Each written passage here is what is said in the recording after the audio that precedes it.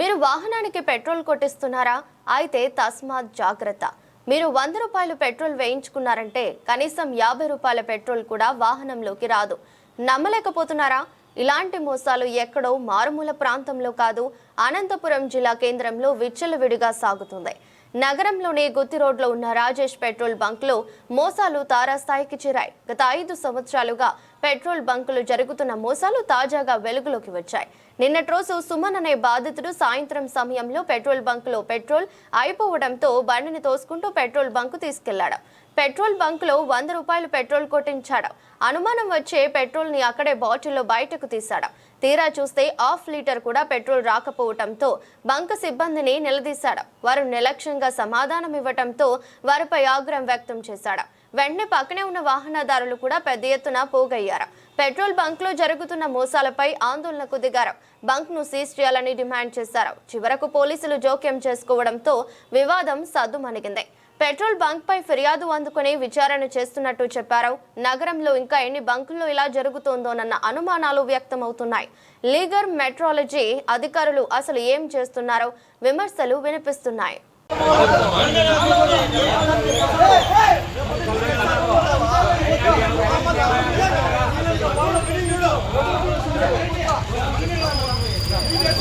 Already petrol ఉంది బండ్లో 100 రూపాయలు లేని చెప్పినా 100 రూపాయలు వేసా అంటున్నాడు. నా బండ్లో 100 రూపాయలు ఆల్రెడీ 100 రూపాయలు ఉంది నా బండ్లో. ఎన్ని రాను బయటికి రాలే కదా లేదు బండ్లో పెట్రోల్ పెట్రోల్ చూపి అదే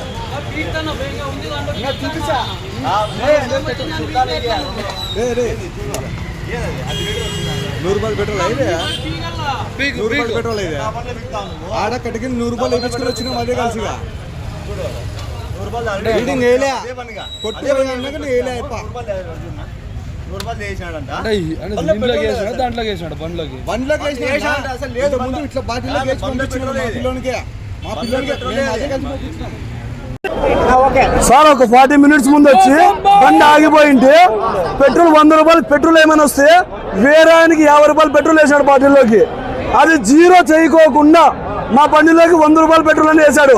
అప్పటికి నువ్వు 55 వేసినావంటే లేదు 100 రూపాయలు చేసినావంటే ఆయన్ని పిలిపించి బాటిల్లో తీపించి ఆయన ద్వారా ఆయన చేతిలో తీపించాము.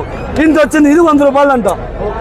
ఇట్లా నాకు ఓన్ కాదు, ఇట్లా చుట్టుపక్కల సగం మందికి జరిగిన సమస్య ఇది. ఒకరికే కాదు, 23లో జరిగింది, వీడియో ఉంది.